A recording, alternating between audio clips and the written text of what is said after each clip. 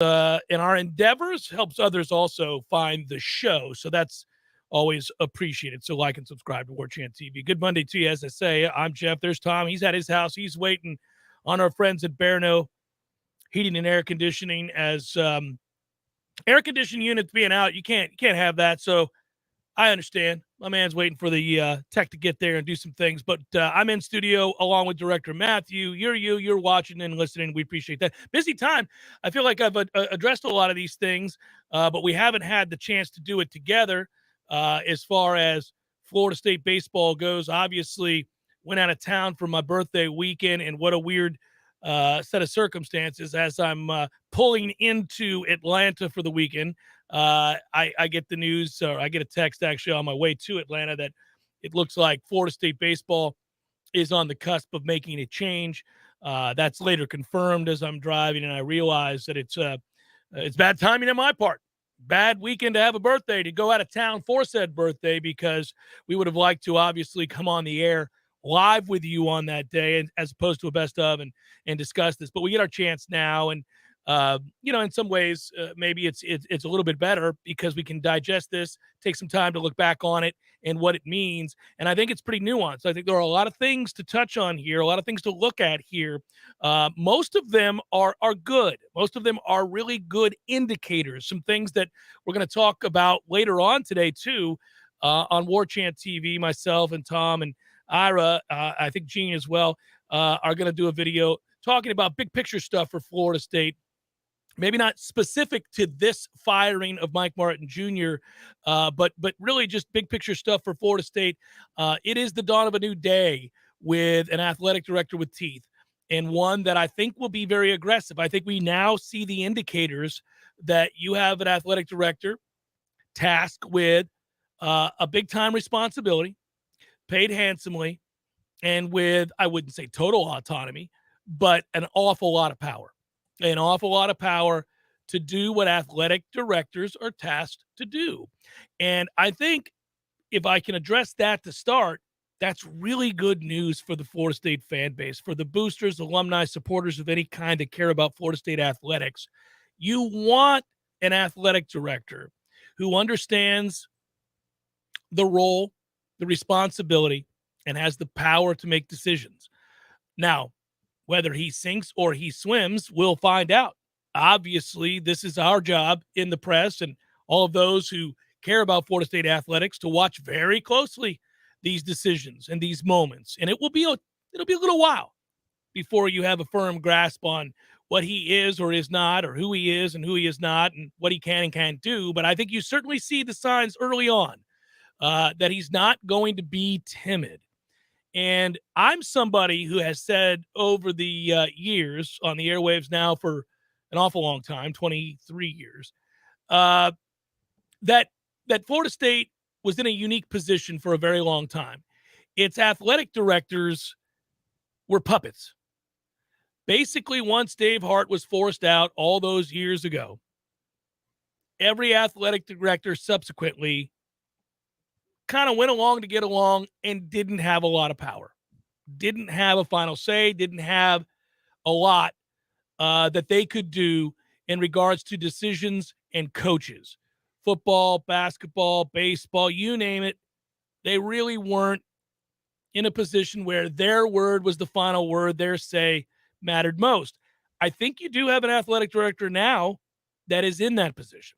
And I always found myself somewhat envious of programs that had an athletic director charged with that responsibility and had a directive, had a vision, had an idea of what needed to happen, and went about the process of trying to implement those things. And, listen, again, we watch athletic directors come and go all the time. And by virtue of these decisions, these very important decisions that they have to make. But I like knowing where the buck stops. I like knowing that there are fewer lines and convoluted ways of traversing the path, right? I like knowing, All right, you hired that guy is failing. You hired that woman is failing. What are you going to do about it? And oh, by the way, one too many of these types of hires in which people do not succeed at the level they're tasked with succeeding at, then you will be fired. I would think as a coach or an athletic director, you too would like that sort of thing. You would like to know where things begin and end, what your responsibilities are, what your expectations, what the expectations are.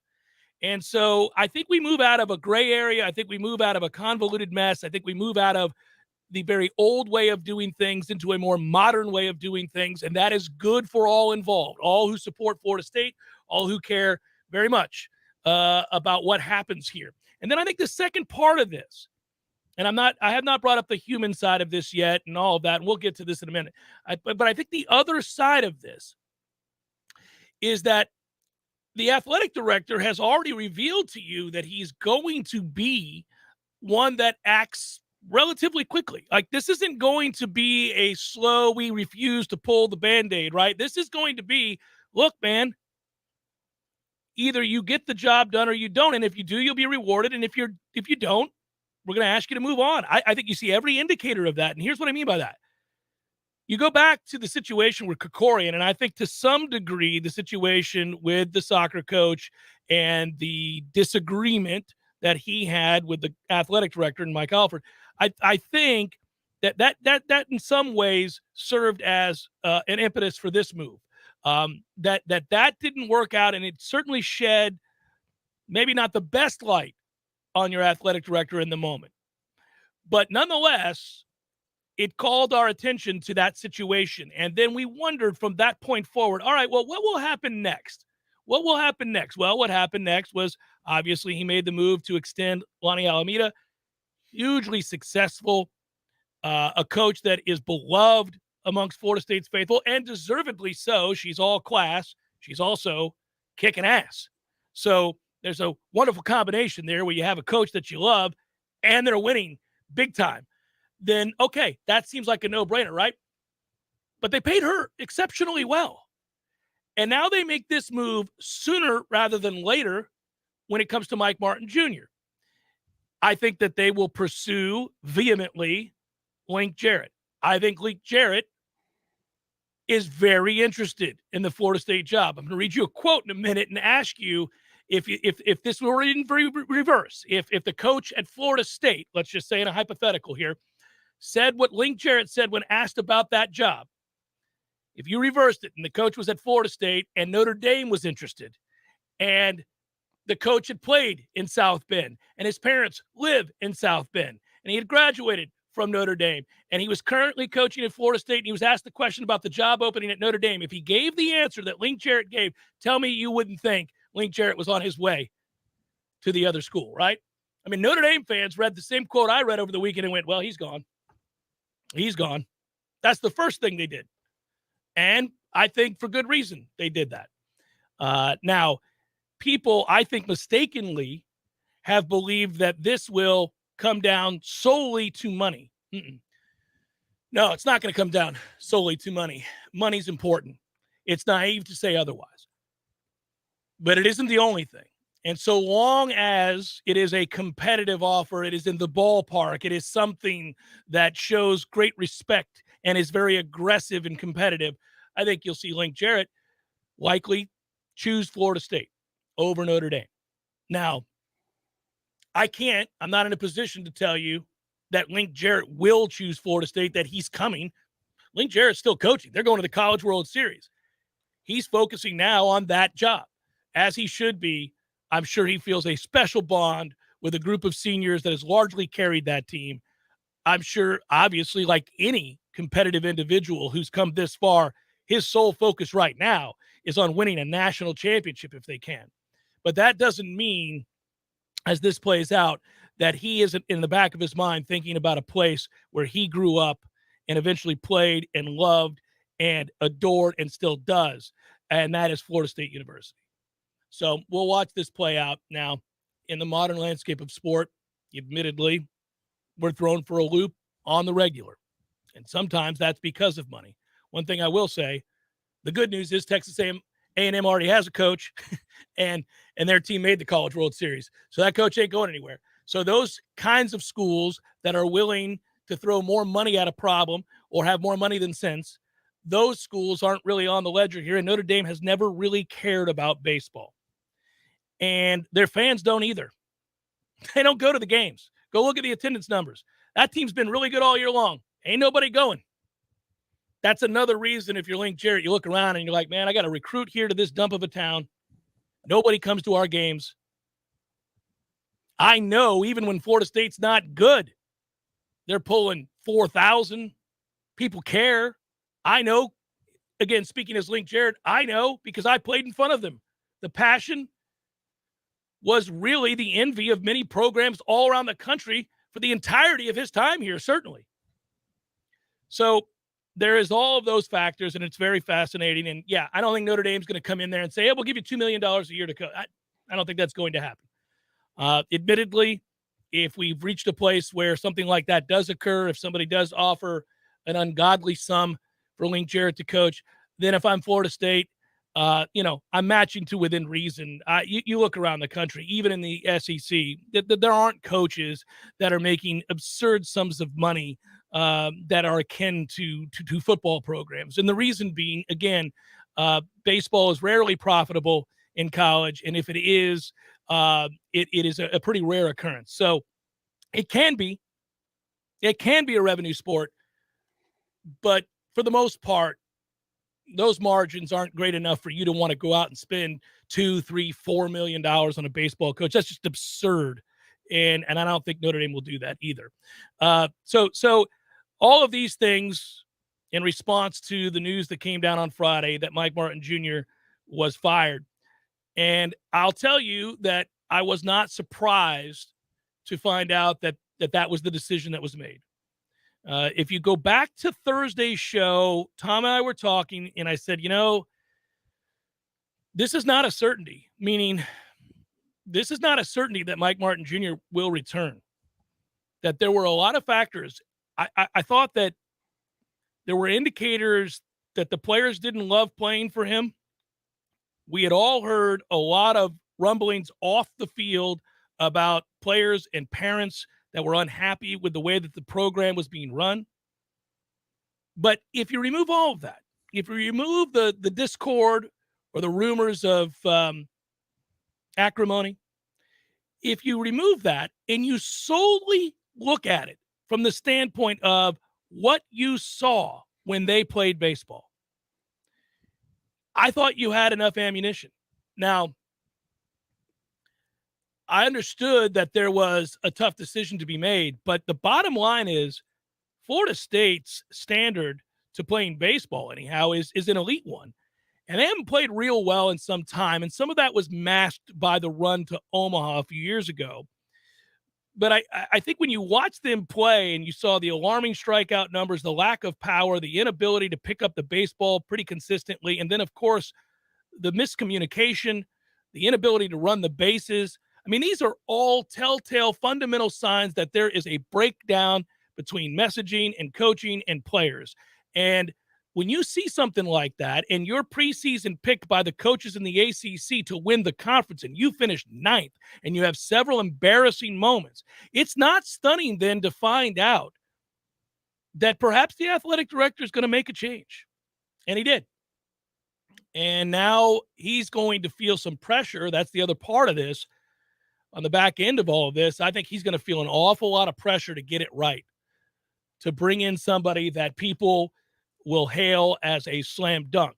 Now, that means, in my opinion, that the athletic director understood he might have to overpay for a baseball coach. So if Mike Martin Jr. is making $400,000 a year and you got to triple that, you got to pay somewhere in the neighborhood of $1.2, $1.3 million. I believe Florida State would be prepared to do it. They offered the soccer coach, who turned down the offer, to be the highest paid coach in all the land, and by a lot. They obviously just paid Lonnie Alameda an awful lot of money to coach softball. That too is not necessarily a revenue sport, although it's trending in that direction, which is really good. So I don't think, and that's the other part of this, I don't think Florida State is as I don't think the money situation is as cumbersome as it used to be. And I think if you look at this, what you notice is that they're about to be out from under having to pay Willie Taggart. And I think that gives them a certain amount of freedom they didn't have the last 2 years. I think that they're going to be willing to act. You marry all of what I just said with the athletic director having power and some financial restrictions being freed. And I think it's a good time for Florida State fans to now watch this university closely, watch this athletic department closely, because I think what they're going to see is a more competitive group and one that is less tolerant of mediocrity. And that's really good news if you're seeking to be amongst the elite in all of the big three, if you will. And I think all Florida State fans believe that's where Florida State should reside.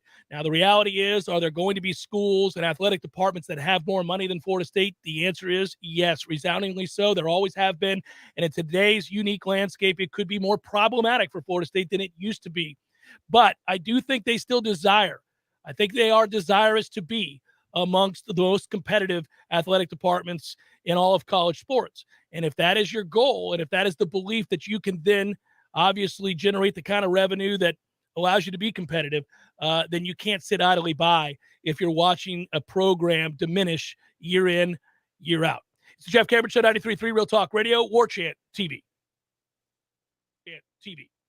Jerry's Famous Cigar Shop is a special place. It's Tallahassee's only traditional gentleman's cigar lounge with a massive collection of hard-to-find boutique cigar brands, a staff with over 100 years of combined cigar knowledge and experience, the best prices in town with full box discounts, a great selection of beer and wine, indoor and outdoor seating, private lockers, and best of all, Jerry's is a local family-owned business. Visit us on Sherrill Road or the new lounge on Cary Forest Parkway, the only cigar lounge for the true gentleman.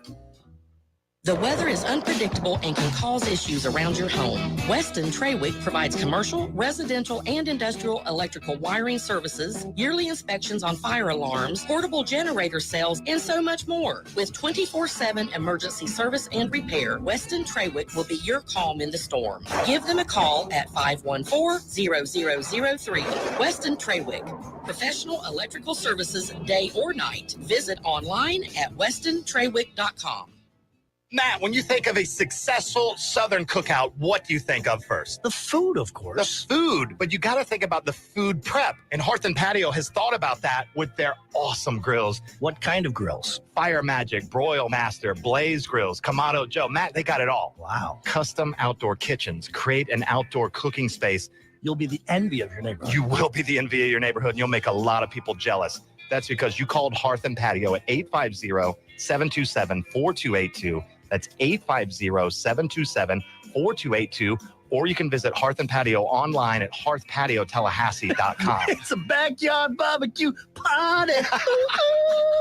Let's Lee Holcomb's the number one more time. 850-727-4282. That's 850-727-4282. The Hearth and Patio, they not only keep the home fires burning, Hearth and Patio will elevate your grilling game. Nice. Nice indeed.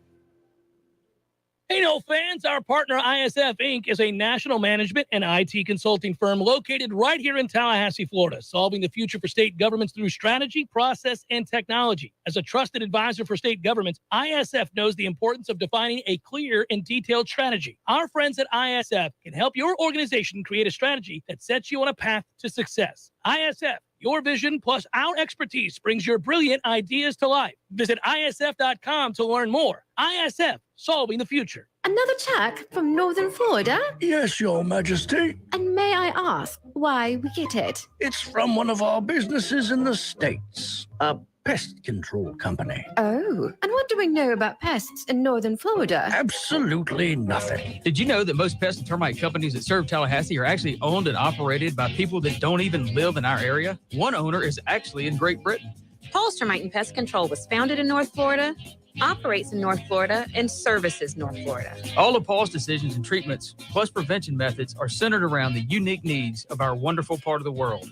Being local really does matter in our industry. Don't trust the health of your family to companies that aren't even on our continent. Protect your biggest investment from termites and your family and pets from pests with a company with the local advantage, Paul's Termite and Pest Control. And remember, Paul's keeps North Florida lawns green, too.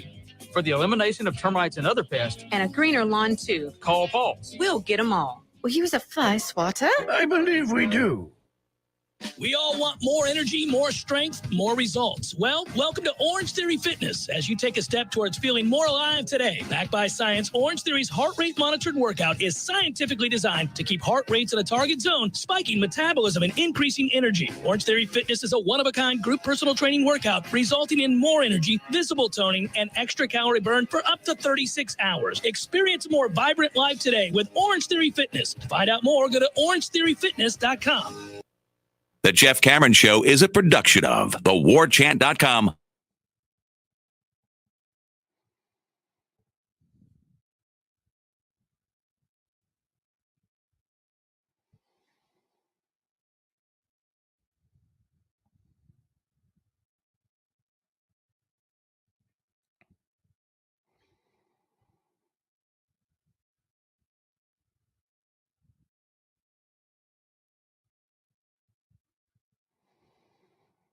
Happy belated birthday, Jeff. Cold ones on me. Go Noles every day. Thanks, Eric. Appreciate that, buddy. Very much so. Kind of you. Now, let's continue on and let's welcome in my cohort, my brother, my buddy, Tom Lang, who didn't get a word in edgewise last segment as we talked about, yeah, go Bolts indeed. We talked all things Florida State athletics, Mike Alford, Mike Martin Jr. Hey, Tom, I wanted to read this. I brought it up during the break, but let's do the exercise together because we have the Jeff Cameron Show PR firm of which you're a member. I remember hiring you many years ago. I've been very proud of your development over the years in the PR firm, as you well know, as documented by the many raises you've received over the years being here on the PR firm. So that's true. There was an article. There were several articles. I saw one in the USA Today over the weekend that I kind of glanced at, in which it noted that Mike Martin Jr. had been dismissed and Link Jarrett had been asked about whether or not the Florida State rumors were in fact a distraction during the Knoxville Regional. And he said, of course, and for those that don't know, if you're of the younger demo, I make certain assumptions and I shouldn't because I go back a ways to his time here, actually. And I remember watching him play. He played at Florida State from 91 to 94. And so, I mean, we certainly know his connections, right? But, quote, I mentioned it today. I said, I love you guys in talking about the Notre Dame team and his addressing of the players. We're here to win this. I'm not talking anything about this coaching stuff. I'm talking about Notre Dame and the University of Tennessee, and that goes for all of us in here too, okay? There are distractions, and that is a very unique one. I wanted them to know that because it's out there, I wasn't ignoring it, but my focus is with Notre Dame. I love the way these guys play. I'm not talking anymore. I have no idea what's going on down there. That was my roommate and a friend of mine. My focus is 100% on this team, and then trying to find a way to win one of these last two games. That's it. Well, well done. But that's certainly not a denial. That is certainly not I'm staying here at Notre Dame. That's certainly not what I would want to hear if the shoe was on the other foot. If I had a beloved coach that was there coaching Florida State baseball on its way to Omaha after upsetting the number one team in the country in Knoxville and doing the world a favor by knocking out the Volunteers, I would want a resounding, I'm in the best situation I could possibly be in. Why would I be wanting to look anywhere else? These people have been great to me. I'm at a prestigious university. We've changed the culture of baseball here, and now it's on to try to win a national championship. I'm not answering any more questions about it. I'm staying here. That's what I would want to hear, but he didn't do anything close to that. If anything, it was deflections and, my guys and I are focused. Well, okay, that's what every coach says when they're interested in the other job. Yeah, I think if he did what coaches usually do, then I wouldn't like him as much. Now, I would like him just fine as the next head coach of Florida State. If we're going to make a move and Link Jarrett is the guy that comes down here and he comes home, then that's all great, and it would still be a net positive. But I like that he's honest. He told his players, that's a unique distraction. That's a unique one. You got me. Guys, you got me. But you know what you do right now? You got me there. You got me there. Yeah. You can win one more because we've won the first game in this super regional. You win one more. Yeah. Let's see how far this ride goes. That'll be a lot of fun. What do you think, guys? What do you think? Okay, good. No more questions about that. It's a unique thing. They've got a really cool situation down there. I love it. Never mind. We're on the now. And the now says, let's go to Omaha together. Omaha. You going back to South Bend after Omaha, Coach? Well, again, guys, that's a unique My focus is here. My focus, the situation is here today, right here. Currently, we're in Knoxville. Would like to go to Omaha. That's the itinerary. Let's go, guys. And, that is a tough situation to be in where you have not a fondness, but a love in your heart for a university where you attended and played and grew up going to games, I might add. That's another part of it. I mean, we tend to make these connections, and those impressions are made on us at a very young age.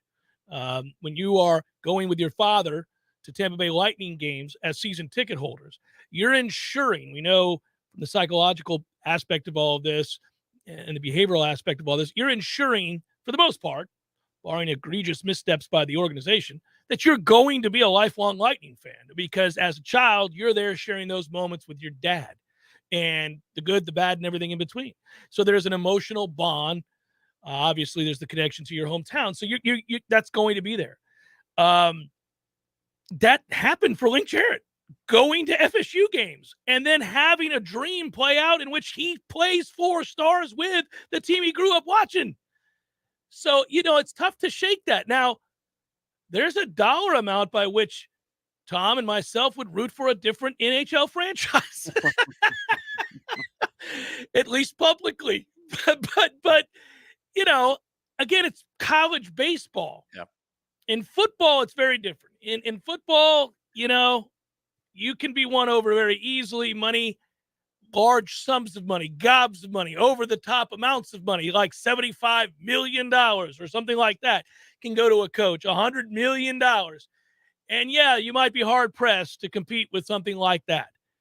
But it's college baseball, and those numbers aren't the same. And also, I think Notre Dame, if you look at their history, well documented over the weekend, how many times did they have to mention that the last time Notre Dame had pulled a stunner like this was against Florida State in 2002, right here? Dick Hauser, Mike Martin Field. I, by the way, served as a color analyst for the Armed Forces Radio Network for that particular series in baseball. And I remember trying to keep it down the line. I remember how frustrated I was. I remember foul ball that we hit. I think it was Peachy Billette, that had it been fair by an inch, we were going to win that game. It was foul. Baseball is cruel. Kid that pitched against us, father played at Florida State. I remember asking the question on the broadcast, interesting that young man out of the state of Florida got away. But nonetheless, that was many moons ago. Well, now it's revenge. Now you get your revenge on Notre Dame where you can bring this guy down. And whether or not it's Link, and it's the strong possibility, we all know that right now. If Vegas was taking odds on who was the next baseball coach at Florida State, and I don't know that we're all degenerate enough as a society to have odds on who's going to be the next baseball coach. Oh, we are. Florida State. Thankfully. Well, you would place the wager, but I don't know that they would take the wager is my point. What I want to see is the price tag, because that's the more important thing to me. Because at that point, if it's 1.1 million, 1.3, whatever it is, you're playing big boy sports. Yes, and it's at that point that you don't have to qualify your criticisms anymore. And I don't mean that I had to qualify necessarily for meat, because he understands the standard of what FSU is, but I would also stop and say, well, you're getting him for half price of what you would pay a top-end, top-flight NCAA baseball coach. The going rate now is in the 7 figures. You're getting him for under $500,000. So that's part of the equation. But now if you're telling me that this athletic department is in a position to where they can pay a baseball coach well into the 7 figures, and that's indeed what ends up happening in the next 2 or 3 weeks, whoever that coach is, okay, the gloves are off, man. This is all about wins and losses and nothing else. No hemming and hawing. This is what the athletic department is about, and I think that's going to be part of the discussion we have later today too. I think that the bottom line is it has to be that. You have to graduate to that. Florida State, this was part of the larger discussion we had a week ago, last Thursday, I think it was. Again, I want to bring this back up. I thought what a spectacular time it is for an athletic director to be the athletic director at Florida State. We are in a transitional stage. There's good, bad, and everything in between going on at Florida State. But to be sure, all eyes are on this athletic department to see, are they in it to win it, or do they become an also-ran? And I think that Florida State fans, this is a time of great hand-wringing. This is a lot of consternation, understandably so. But as you begin to garner evidence, the evidence so far early on in Mike Alford's tenure as athletic director is that he's going to be aggressive, and he's been given autonomy to do so. He has offered already very large salaries to coaches who have succeeded. One decided, no mas, no more, can't work here anymore. I'm on my way out, done what I could do, don't get along with that guy, I'm leaving. They turned around and hired a soccer coach that is extremely well thought of and paid him handsomely. Not the same, not the amount of a guy who's a 3-time national champion here, but nonetheless, that's a good get. That's an aggressive pursuit, right? Because soccer, again, not a huge revenue sport, but he understood there was a standard that had been reached. He wanted to sustain it, went out and got a guy that is extremely well thought of. Then he turned his attention to Lonnie Alameda, who is beloved, rightfully so, for the reasons that I talked about in the first segment, not only because she's all class and she's been a winner of extraordinary proportions here at Florida State, those two things married to a large salary and an extension. That's 2 for 2 now, at least in terms of salaries. And we turn around and he ripped the Band-Aid off, Tom. We could have waited around one more season, could have said, let's see what happens next year. But he recognized the guy that he wanted, in all likelihood, this is speculative on my part, but I don't think it's unreasonable. The guy he wanted was also being pursued by other schools, including those in the ACC. If you believe the rumor mill out there in the conference, it's that Clemson was going to come hard and heavy for Link Jarrett. Now, I find that surprising and interesting and worth monitoring in and of itself, not because I'm worried about Link choosing Clemson over Florida State, but that Clemson has decided to put their money in something other than football. Well, that's a first, because they don't really care about the other sports, see their track record. The fact that they're willing to do that, I find fascinating. Nonetheless, if you're an athletic director and you didn't hire Mike Martin Jr. and you think, well, this guy's not doing a real good job. I understand historically what he means to the program, and this is going to hurt. It's going to hurt a contingent of our fan base and boosters. It's going to certainly hurt the individual and the family that is legendary amongst Florida State faithful. But I don't think he's doing a good job, and I got a chance to bring in another Nole and a guy that is being pursued by other people. And if I don't act now and I wait another year to give this guy one more season to get it right, and I don't think it's going to happen, I'm going to lose out on said figure, and then where am I at? So instead, I'm going to go ahead and make the somewhat difficult decision to part with a guy that has the last name Martin, and obviously a lot of people feel fondly for. So he did that, and I don't think you do that if you don't understand that what you're about to do is bare minimum double the salary of the baseball coach.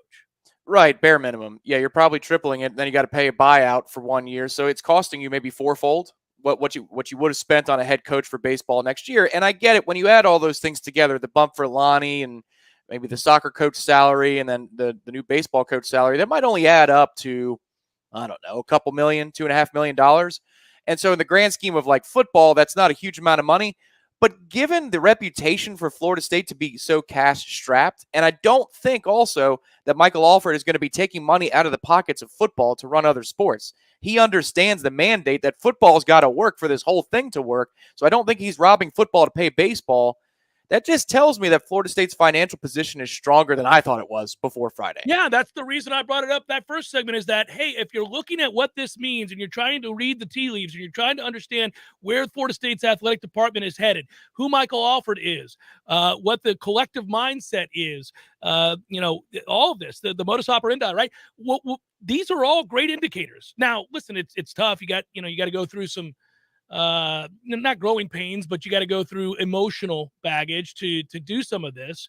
Nobody wanted to see Krikorian leave, but what it indicated was that Florida State was going to be very aggressive in their efforts to retain him, even though there was a fractured relationship, right? So that was a good sign. Didn't work out in our favor necessarily in that moment, but I liked what it told us, because when we found out what was offered, I said to you, we were at spring football when that happened. We were on the sidelines when that happened. When that email went out from Krikorian, the press, the assembled press in that moment, watched as Mike Alford and others from Florida State in their suits whisked across the practice fields to go over towards the soccer complex. We knew something big was going down. And then later on, after we thought in the moment, oh man, did they try to undercut this guy? Did they not pay enough for a guy that just came off a national championship? And then we found out, oh no, it wasn't that at all. it was a personal relationship that was broken, and you can believe who you want to believe with that. But the bottom line, it wasn't money. All right, it wasn't money. And then you saw that Lonnie was going to get taken care of. You're like, all right, again, not money, right? They're giving her just due. And now you see this move. Well, you don't make this move if you're not willing to pay. So again, that's check mark that says that Florida State's going to be aggressive and is willing to ratchet up their spending in order to keep, retain, bring in elite coaches. Good.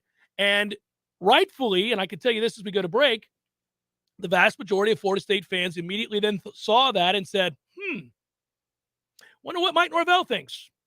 I wonder what every coach that works at Florida State University thinks. I think I know. I think they should know. And I think they're probably talking amongst each other right about now. It's Jeff Cameron Show, 93.3 Real Talk Radio, Warchant TV.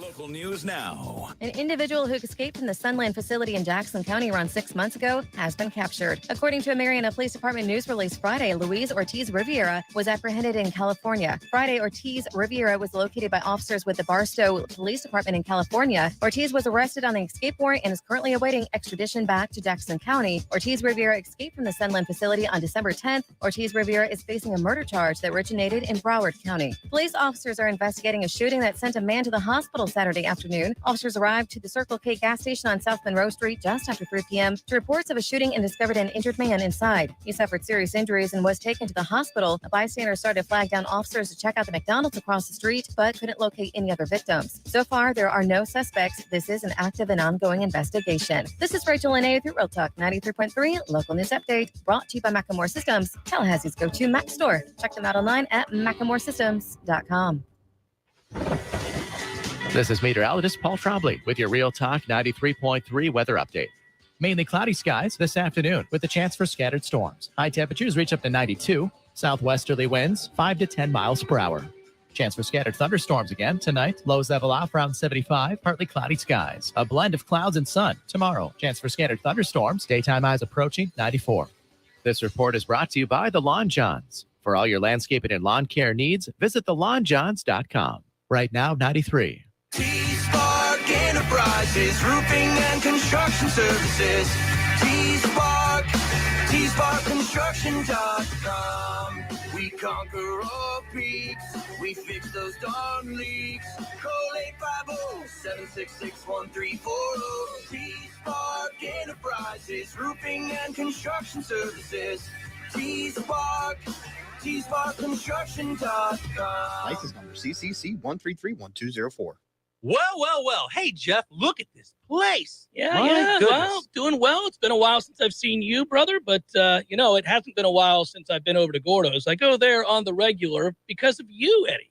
Well, we keep you regular. Well, that's true, but I think of Gordo's as a place to sit down, have a cold beer, talk to your friends, enjoy the sports, eat the delicious food. But I think of you as Uncle Eddie, a man who takes care of his people and takes care of the town. I appreciate that, Jeff. Hey, and we'll keep you regular.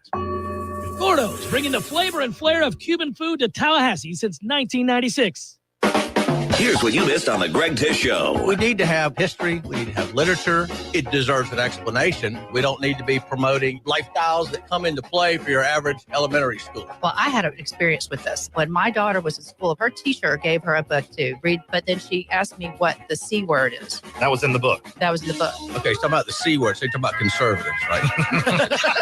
The Greg Tish Show, Monday through Friday, 6 to 9 a.m., only on Real Talk 93.3.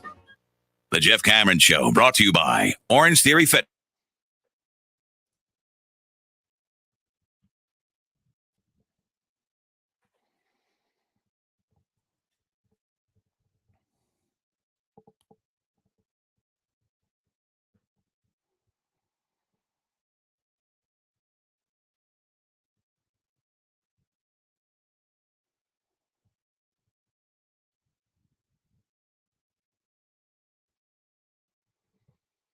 These questions and answer some of these while we're on the subject of the bigger picture stuff.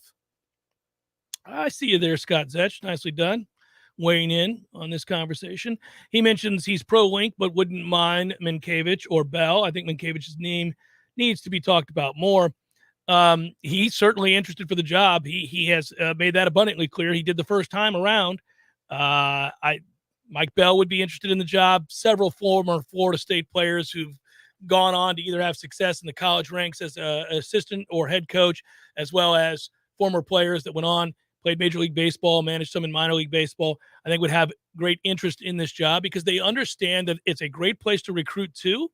They understand that it's a passionate fan base, and they understand that I think they're in a position to have some success pretty quickly. And if you're a coach and you now are going to work for an athletic director who's very serious about demanding excellence, you want to know that you can come in and have success right away. And I think that this is a place that is set up to do that. One other thing that I didn't mention today, I mentioned it last night on the Sunday Smash that you guys can find on Warchant TV. Go to the YouTube station and pull website and pull that up. And you can watch our conversation last night. Me and Corey, Michael Langston joined us as well to talk about all that's going on in football. I'll mention that too later on in the show. But there is the human factor to this, and I get as a fan that from a distance you watch this and you're like, look, all I care about is winning. I'm not really worried about people's feelings. I care about winning. And I hear you. That is what fans rightfully, understandably care about.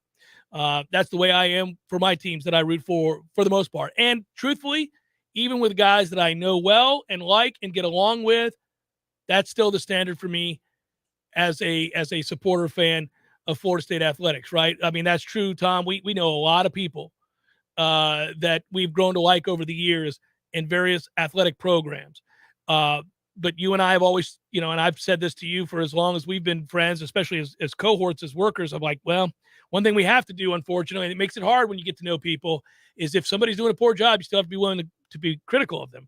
And we have been. We've been very critical of Mike Martin Jr. and the baseball that's been played here the last couple of years and the frustrations we felt. But that does not mean that I'm oblivious to the to the emotional hurt that certainly the Martin family has to feel today. Carol Martin's a wonderful woman and really kind and always somebody that I've enjoyed running into and talking to.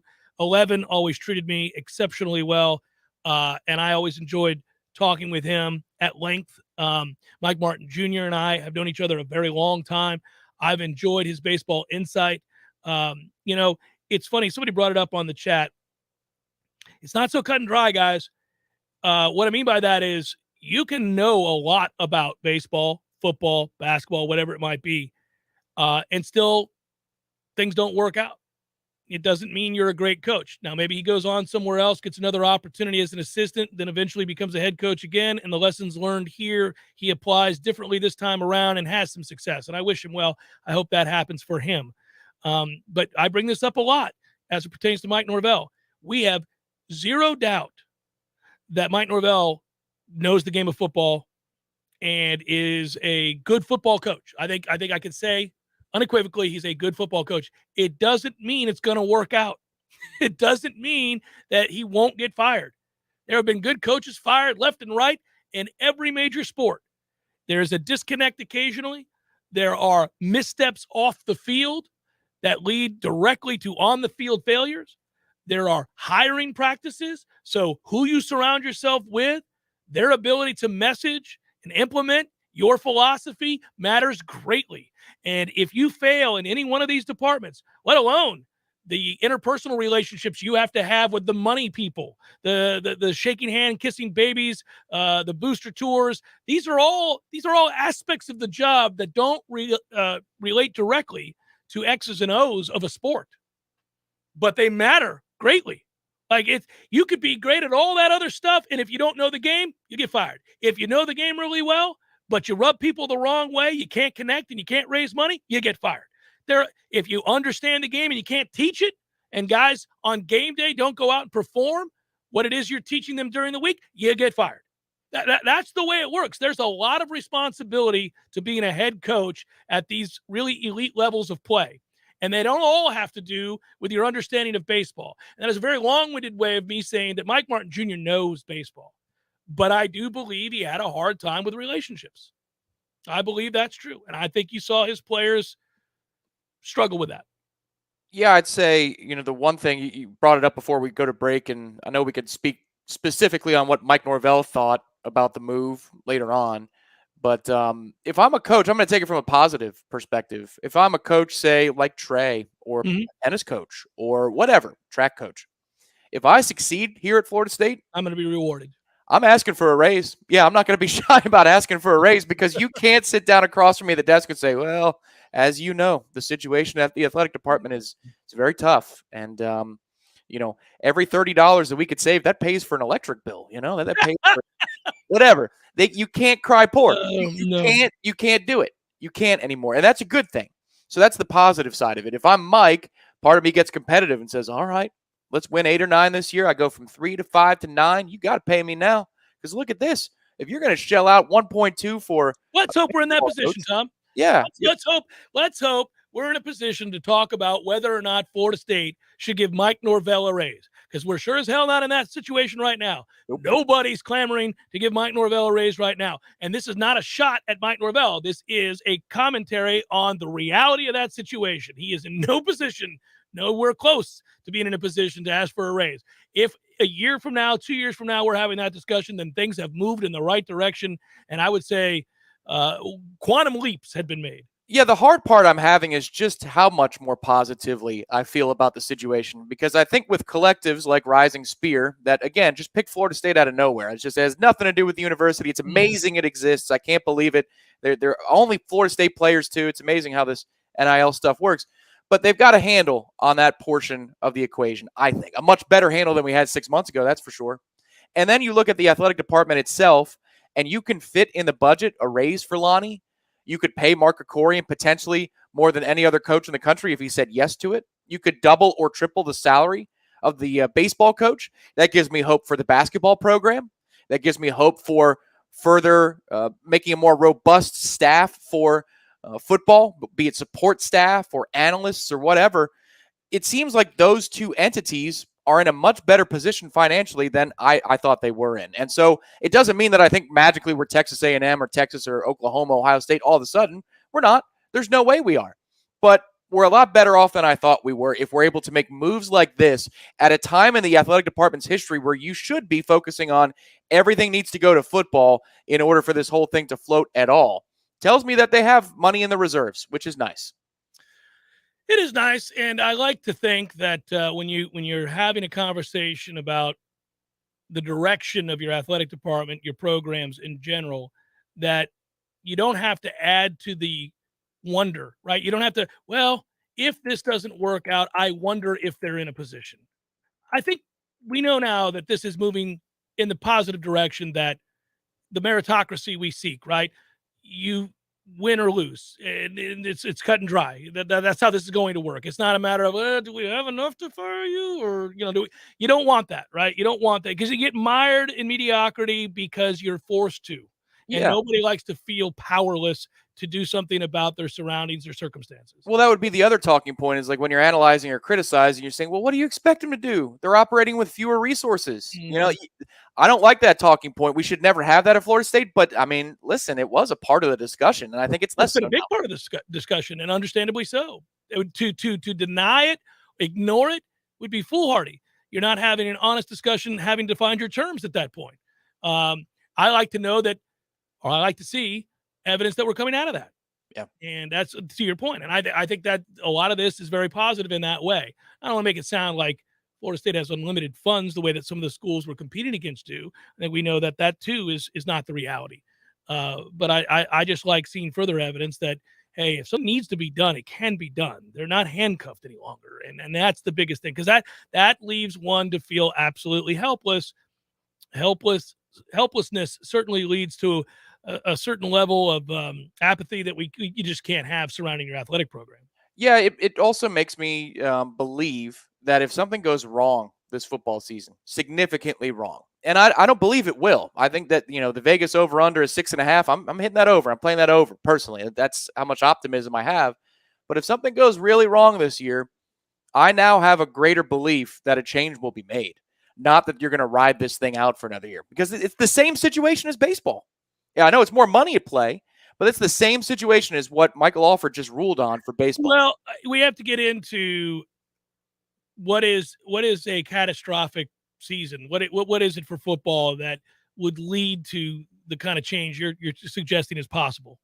Yeah, I know. I do too, and Ryan's asking it here in the chat, what do you suppose Alfred's standard for football is, with the understanding that we aren't A&M or Bama, et cetera? I'd like to know the answer to that question. I don't know what that is. And that's not really one you're going to get an answer on the record from Mike Alford for either, because then it's admitting that you're at a disadvantage. So I don't think you're going to, now maybe behind the scenes, we can certainly endeavor to find that out. I've wondered it for a little while now. I've thought as we move closer and closer to a time where action, one way or the other, is going to be necessary, what is the jumping off point for that? Like, do you go 4-8? Got to let you go.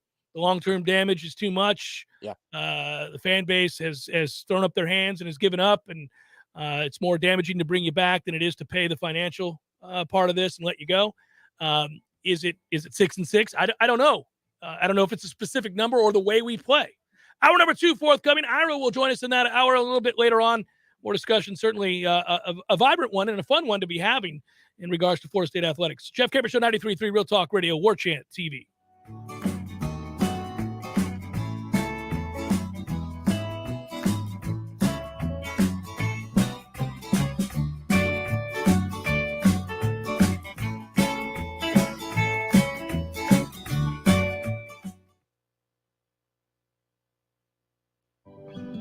You were always more than my mom.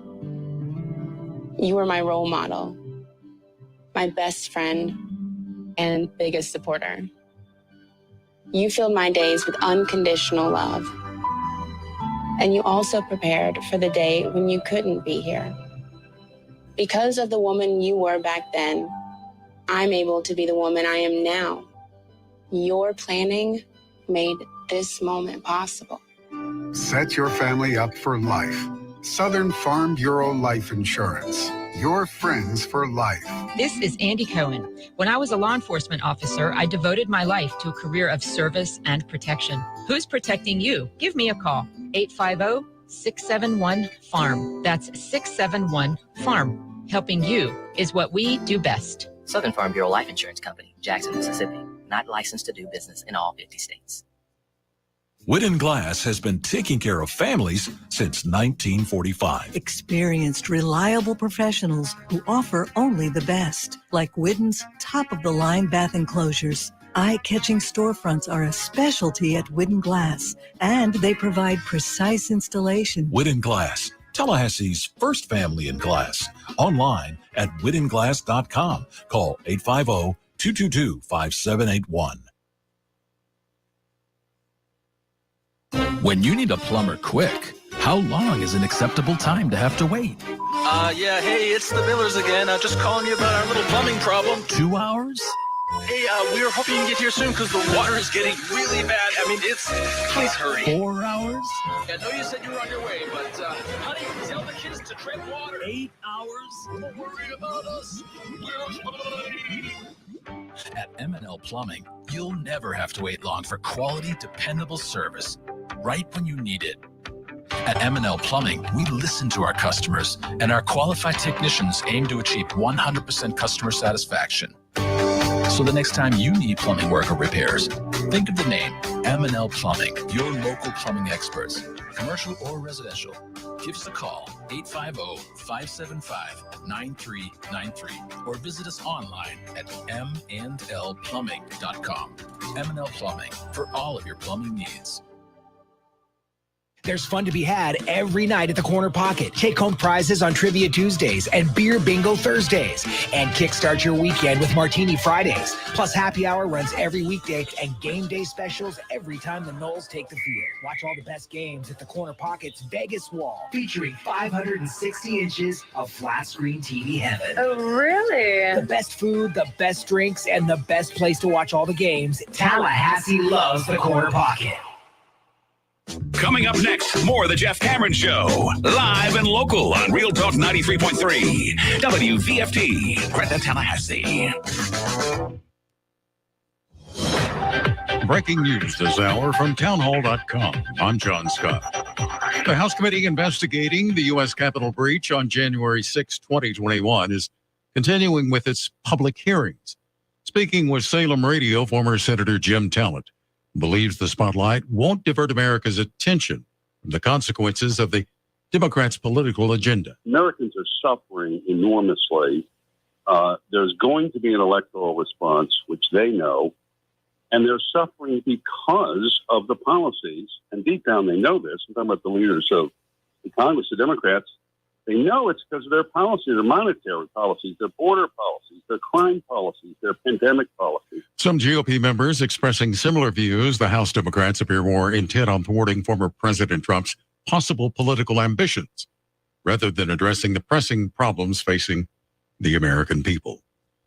Also at townhall.com, on the international front, the Battle of Donbass could prove decisive in the Ukraine war. Day after day, Russia's pounding the Donbass region of Ukraine with relentless artillery and air raids, making slow but steady progress. If Russia prevails in the Battle of Donbass, it will mean that Ukraine loses not only land, but perhaps the bulk of its most capable military forces, opening the way for Moscow to grab more territory and dictate terms to Kiev. Learning from its earlier missteps, Russia's treading more carefully, and the strategy seems to be working. Moscow's forces have made gains in both the Luhansk and Donetsk regions that make up the Donbass, controlling over 95% of the former and about half the latter. I'm Charles de Ledesma. Firefighters responding to a wildfire about 6 miles north of Flagstaff, Arizona. People living in Doney Park and the area near Mount Eldon should be prepared to evacuate. Stocks remains sharply lower now. The Dow is down 625 points. More at townhall.com. I've always been kind of cynical towards advertising, which I know doesn't make much sense considering I'm currently recording a commercial. It's all the fluffy words that make us cynical, right? A once-in-a-lifetime opportunity, a blue light special, but only, of course, if you call right now. It all kind of makes me nauseous, and yet here I am about to say that right now actually might be a once-in-a-lifetime moment for some of us, and that is the opportunity of a cash-out refinance. Arguably never has there been a moment in time like the last few years where home values have jumped at crazy historical levels, leaving all this extra money sitting inside our homes. A cash-out refinance lets you put that extra money in your pocket to use for life. If you'd like to see your options, we are United Faith Mortgage. United Faith Mortgage is a DBA of United Mortgage Corp. 25 Melville Park Road, Melville, New York. Licensed mortgage banker. For all licensing information, go to NMLSConsumerAccess.org. Corporate NMLS number 1330. Equal housing lender. Licensed in Alaska, Hawaii, Georgia, North Dakota, South Dakota, or Utah. Hi, my name is Shannon Pash, and I'm the principal at Red Hills Academy. We will provide a challenging, rigorous curriculum. We will also work with our students to teach them how to set goals and then how to work to reach those goals. Red Hills Academy will offer the Spanish language every day. Relationships are really important to us, not just with our students, but with our families and the community. This benefits parents and students alike because parents get that involvement within the school. Easily apply online today at redhillsacademy.com. We all want more energy, more strength, more results. Well, welcome to Orange Theory Fitness as you take a step towards feeling more alive today. Backed by science, Orange Theory's heart rate monitored workout is scientifically designed to keep heart rates in a target zone, spiking metabolism and increasing energy. Orange Theory Fitness is a one-of-a-kind group personal training workout resulting in more energy, visible toning, and extra calorie burn for up to 36 hours. Experience a more vibrant life today with Orange Theory Fitness. To find out more, go to orangetheoryfitness.com.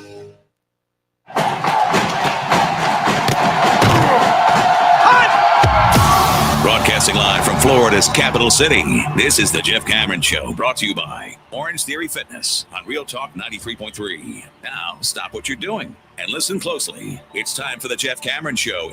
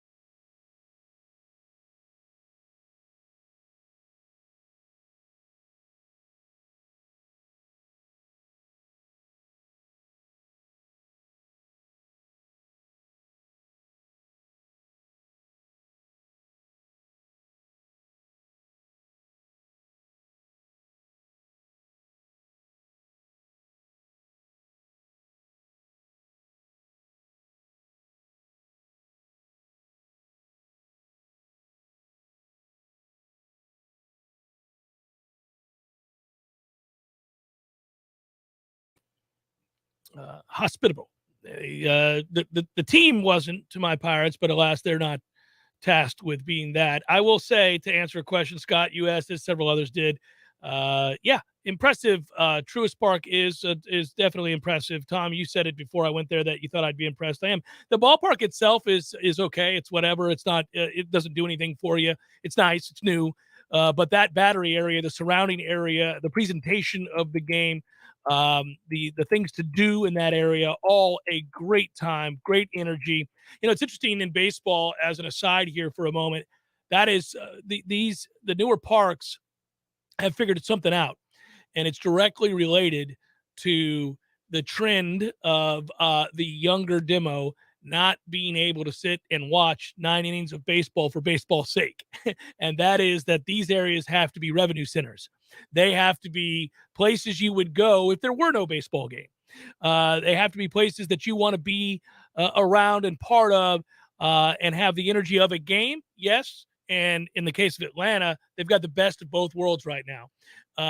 They have a team that's elite and in the midst of an 11-game win streak now. And when you watch them play, as I did in person, and obviously I watched the Braves win the World Series last year, it's just interesting the pressure that lineup puts on teams. You can really just see where it will wear you down, especially if you're a underfunded, terrible baseball team like my Pirates are. You can play a good brand of baseball for the day. On my birthday, they were up 4-2 in the 7th and probably gave up 8 runs.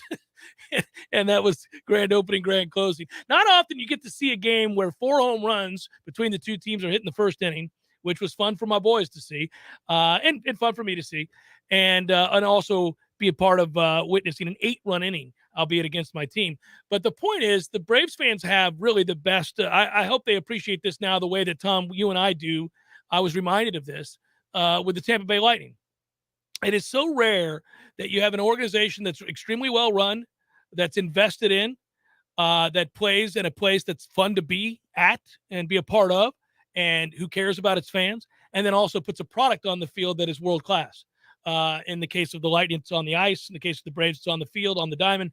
And they're synonymous right now with being the best in the sport. And when you have that, boy, you got to appreciate it. That seems to be a theme. But man, when you're around it and you can see and you can feel the energy and you can see the quality, and it wasn't lost on me. I don't have to like the Braves to appreciate what they have, and I do, and I love baseball, and so I thought this would be a place that I'd love to go to a lot of games to. So doff the cap to Truist and to what the Braves organization has done. And you know what? I'll be honest with you. I had my Pirates garb on and everything else. I had a Dave Parker shirt on and a Pirates cap, and everybody was really cool. It was like there was a respect for that, and I had some people come up and ask me, about Pirate fandom and all of that. And some of the old timers and I were able to talk about the Sid Bream play. Of course, they want to bring that up. I know. I'm not going to get out of there with that, but it was fun. It was good conversations, good baseball talk. I thought the fans were knowledgeable. So I doffed the cap. Now I hope you lose the rest of your games. So there's, and that's not going to happen. So there's all of that. But yeah, I was reminded of that too, thinking about when you go to Amalie, when you see the Lightning play, you can tell that's an organization that's beloved by the city, the fan, and this is before winning back-to-back Stanley Cups and going to a third with an opportunity to win back-to-back Stanley Cups. That owner understood that if you invest in the community and you build an elite place to play hockey and you invest in the community, people will support you, and that will create an energy, and you'll feel like it's the place to be. And we're certainly hoping that at some point we see a return to the positive energy that I'm referencing around Florida State athletics. It's been in pockets. But we know football fuels all that. We know that if you get a football team that's winning, those of us who are around it forever certainly know that creates an energy. I talked about it a couple weeks back. That fuels the city. Restaurants do better. The city's energized. There's an anticipation each week and a buildup that is something that is, sorely missing in Tallahassee and has been for some time, because we've experienced this wonderful place to raise your kids, wonderful place to live. It's a charming city, I think, Tallahassee. But it's better when sports are good. When Florida A&M is playing well and Florida State's playing well, people get enthused, energized, and focused. And it's been a while. So let's hope we get that. Now, as it relates to the pressure on Norvell towards the end of the last hour, people were asking if a firing of Mike Martin Jr. is any indicator to Mike Norvell, and for that matter, the other coaches, that, hey, look, we're watching a little bit more closely. I would hope, I would think, and Tom, myself, and Ira and Gene Williams are going to do a video about it later on today that you'll be able to find on Warchant TV as well. But I think that's a no-brainer, right? I think a lot of people watched and heard on Friday the news and thought, okay, looks like Florida State's done fooling around. And I don't know anybody who wouldn't be happy about that, because I certainly lamented the role or lack thereof of a athletic director here at Florida State for the last number of years. I reference it all the time. So in that sense, it's it's sad news for the Martin family, sad news for people who know and care for Mike and wanted to see him succeed. I certainly did want to see him succeed. One thing I will say, Tom, I'll bring you in on this one. I remember we had this conversation. The sense was that he was going to get the job, certainly. And we know that he had done some really good things just purely from a baseball standpoint when he was in charge of the offense for his dad. And Florida State had several seasons where they were top 5 in on-base percentage and runs scored, did a lot of good things. I remember thinking, okay, well, I wonder what he's going to do different. And he talked a little bit about what he wanted to do different and some of the things that he would change. But I also remember thinking in my head, he better win early. He better win early, because there was a large enough contingent of Florida State supporters, boosters, money people who did not like the hire. And if you have a fractured fan base and you have people who are obviously adamantly for or vehemently against, then by definition, obviously there's no cohesion there. You better give them a reason. Like the group that's on the other side of that scenario better find a reason to back off and say, okay, I feel good about this. And when he didn't do that, I thought, man, this is going to get ugly. It could get ugly. And it didn't take very long. Well, it worked temporarily because he did well against the rivals early on. He continued to. I mean, that's the one thing in his record that won't change. His record against both Florida and Miami is good, and it wasn't for the program for a while. Yeah. But what I go back to is, preseason, citing a conversation that you had with David Ross, the manager of the Cubs, who are in trouble right now. There's another franchise that's in trouble. And he was talking about how, depending upon how a couple things work out, a couple kids end up developing, maybe 5 or 6 pitchers on this team. 4 to 6. 4 to 6 is what he said. 6. Okay. At some point, when they're draft eligible, could be top 50, top 60 players or prospects. And then you fast forward, and I didn't really think about that until Saturday, this past weekend. And I was thinking, man, so preseason, you've got a major league scouting department with a dude who really doesn't have a dog in the fight because he's an Auburn grad, telling you that you've got this amount of talent, like a crazy amount of talent, things that we were dreaming about when he took over, Mike Martin Jr. took over, on the mound in that pitching staff. And by the end of the year, you could get to 2 strikes, but you really couldn't get anybody out. Like, what is that? And then you stack those things against or next to a list of what things do we do well from a offensive standpoint. And you don't have much. What do we do poorly? And here's 1, 2, 3, 4 things. You're talking base running, empty at bats. And then what other details? Fielding, communication level, body language. And it's just all of these things are listed in the not so good department. And then you go to the other column and you say, potential. They had potential. That's in the good column, because a major league scout's telling you that you have this much collected talent and you're not living up to it. It becomes kind of an easier argument to make and an easier one to see why Florida State made the decision they did. But it's just a tough deal because, like Meat's been nothing but great to me over this period of time.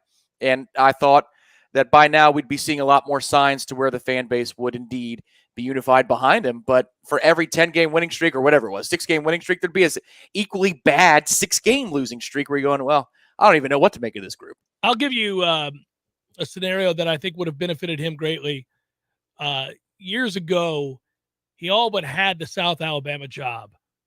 And I remember when he was up for that and he wanted it because he understood the opportunity and the necessity to get out from under his father's legacy and go and succeed on his own accord elsewhere.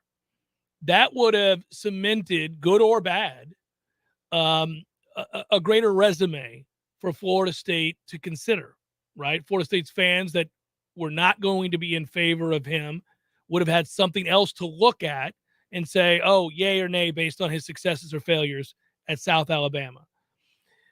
He was in the running for, if I remember correctly, the Wake Forest job and had a real good chance to get that job. But part of the problem that really followed him everywhere in those moments where he interviewed for these jobs and had a chance to get them, he was undercut, oddly enough, by his last name. That people in a position of power making these decisions, even if he was a finalist and he had been, thought, well, the one downside to this is if we hire him, we know it is a short-term hire because he'll come back to Florida State if he has success. If you're in an interview process and you bring in a guy and you're impressed by his answers and you're impressed by his resume and you whittle it down and he's a candidate, he's one of the last two standing, and you're sitting there and you say to yourself, well, I really like everything about him. And then the final thing is that you think he's going to leave you because you think he's going to be successful for you and he's just going to take the Florida State job and you don't get the job.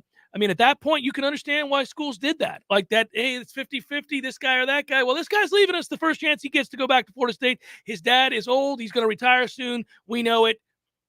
This is a short-term hire. And that really hurt him because I don't know what would have happened, and none of us do. He might have gone and failed miserably, in which case he would not have been a candidate. He might have gone and had great success, in which case his candidacy would have been further cemented and believed in by those that were doubtful.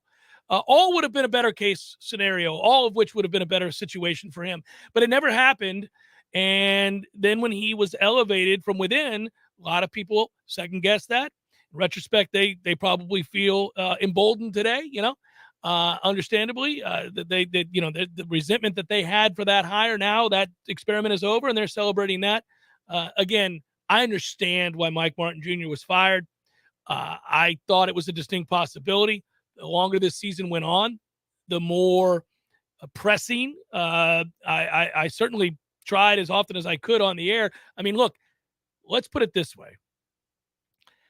If I come in here and I tell you that a coaching staff is responsible for a team that does this poorly, this poorly, this poorly, and this poorly, and you just named 4 distinct aspects of baseball in which the coaching staff was responsible for the team performing poorly in, if that's anybody else, we would say, if we're watching that from afar, you would say aloud repeatedly, they should fire that guy. Yeah, and I mean, really, it's comprehensive too. I get that they had winning streaks, and even this season, to a degree, they had success against the rivals. Certainly Miami, they had success against. But you're talking about everything from the on-the-ground stuff, like base running, to the big picture stuff that the general of the team would understand, and you would hope that they would, like, where is Scalaro going to pitch? Let's not use the 9th inning. Let's run him out there to start a game. Maybe he can be an opener for us, get us 2 or 3 innings and ride it as long as it goes for a given day. Like, everything in between. So the big picture decisions and then the in the moment play of the players all screamed disconnect. And that's probably the kindest word that you could use is disconnect. Because unfortunately, what I saw the day that they played Auburn that Saturday night was worse. It was more than just a disconnect. And it wasn't just that the players were showing it. You could feel it in the stands, and it sucked. And I was hoping that maybe they'd bounce back the next day, beat UCLA, and go on a magical run and make a way to. And they almost did. I mean, listen, Scalaro pitching in his last game was the best thing that could have been on the mound for Florida State because you don't question what he wants to do. This could be his last day wearing that uniform. So he's going to air it out. But I wonder if some other guys were out there, would they have aired it out? And that wonder, that concern that I have, you should never speaks volumes about where the situation was. Well, and look, and the conversation is always more nuanced than fans want to make it. Fans think everything is black or white or cut and dry, and it's not the case. But in this case, it's obvious why he was fired. I don't have a problem with it. I've said that repeatedly. I'm not going to waver off of that. But what I would say is that we talk about baseball being the cruelest of games for a lot of reasons. Well, Tennessee just had a season in which they led the country in home runs and ERA.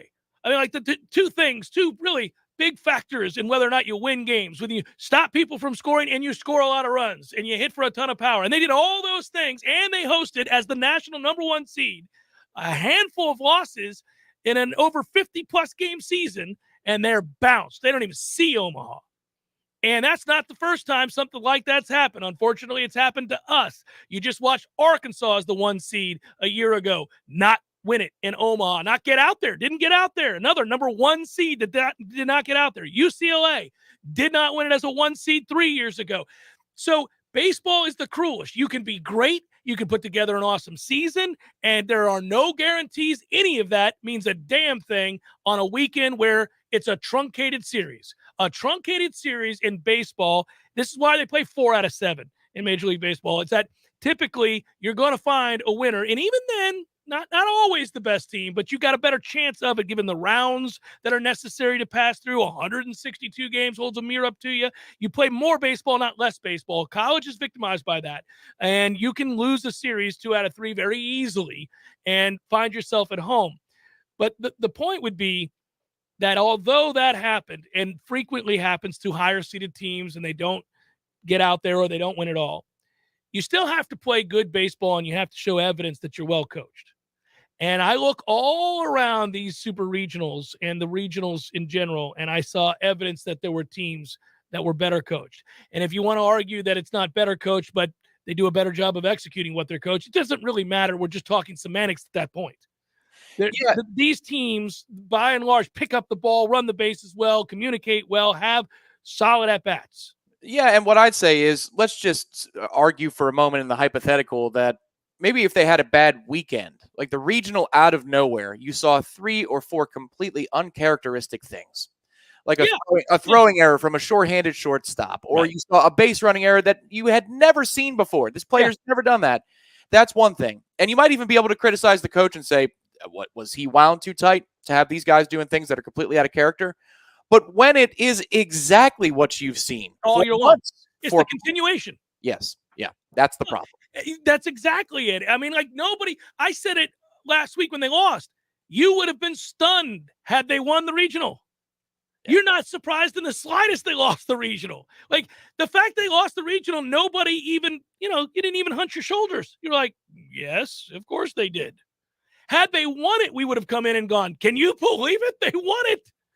What a stunning turn of events. That sorry-ass team won the regional. That's what we would have done. We would have been in shock. Yeah. Well, that speaks volumes to where you are when you're a 3 seed in a regional and you get bounced and nobody thinks anything of it. They just assume that, of course, that's what was going to happen. That should never be the case.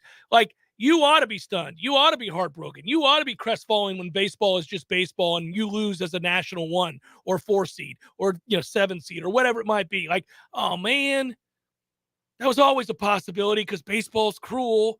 But damn it, I wish it hadn't happened to us. This was such a likable team. They did so many things so well. Nobody was saying that about this team. No, juxtapose it against softball. You're stunned with softball. Oh, that's a huge choke, bad weekend, devastating turn of events because there was no real evidence that would happen. Yeah.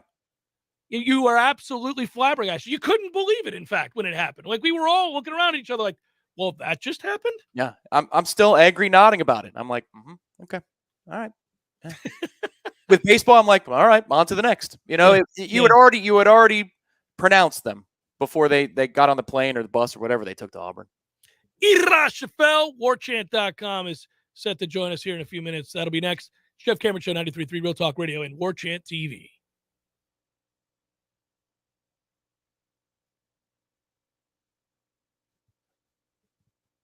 I'm Paul. I'm Paul. I'm Paul. Actually, all of us that have the privilege to work at Paul's Termite and Pest Control are Paul. We're proud to call ourselves Paul because we work for a company that puts our customers first. We love what we do, and we love the principles our company demands. Give our customers more than they expect and do everything within our power to keep them safe and comfortable. We make a difference every day and know we protect the health of our thousands of North Florida customers that we are honored to call our friends. And we're looking to bring a few more Pauls to our growing family. We have several openings now or in the very near future. Positions include termite, lawn, and general pest techs, route managers, inside sales, and customer service reps. Visit callpauls.com to see what's available and to find out how to apply. Every pause receives competitive pay with outstanding benefits, including health insurance, 401k, paid leave time, and holidays. I'm Paul. I'm Paul. I'm Paul. And you could be Paul too. For the elimination of termites and other pests. And a greener lawn too. Call Paul's. We've been getting them all in North Florida for over 50 years.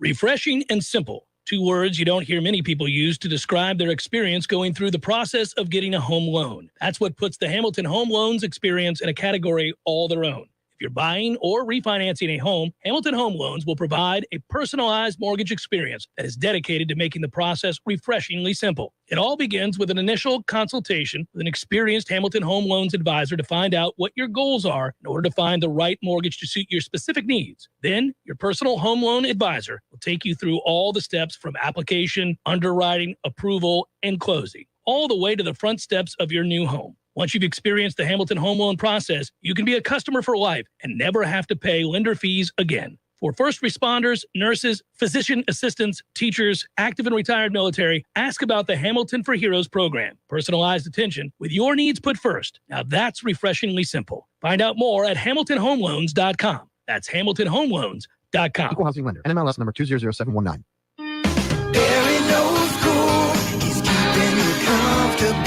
This is Kyle, Service Manager from Barano Heating and Air. Schedule an appointment from your mobile device to learn about our Total Comfort Service program. With guaranteed same-day service, 15% off necessary repairs, and $25 berry bucks to use towards air filters and other products. Turn to the experts at Carrier and Barano Heating and Air. Any day, anytime, anywhere. Online at baranoac.com. Florida license CAC 1816-186.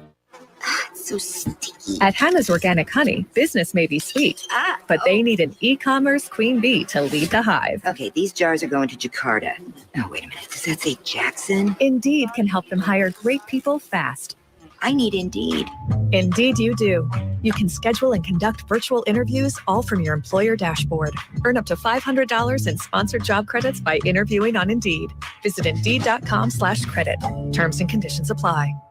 Hey, y'all, this is your girl, Cheryl Underwood, and I want to tell you something. My digestive system used to make me feel sluggish, but those days are over. Now I feel great. That's because I increased my fiber intake with the Metamucil 2-week challenge, and I'm still hooked. I just took Metamucil every day for 14 days, and it's really that easy. Metamucil traps and removes the waste that weighs you down, so you feel lighter and more energetic. Now I never want to go back to that heavy feeling. Are you ready for the Metamucil 2-week challenge? For a coupon and daily support, sign up at Metamucil.com today.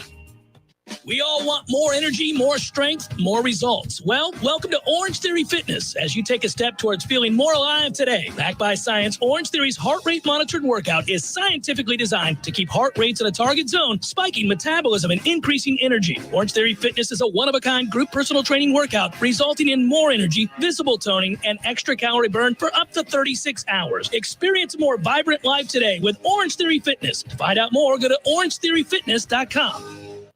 The Jeff Cameron Show is a production of the Warchant.com Multimedia Network. Check out Warchant.com today for the latest news inside Florida State athletics.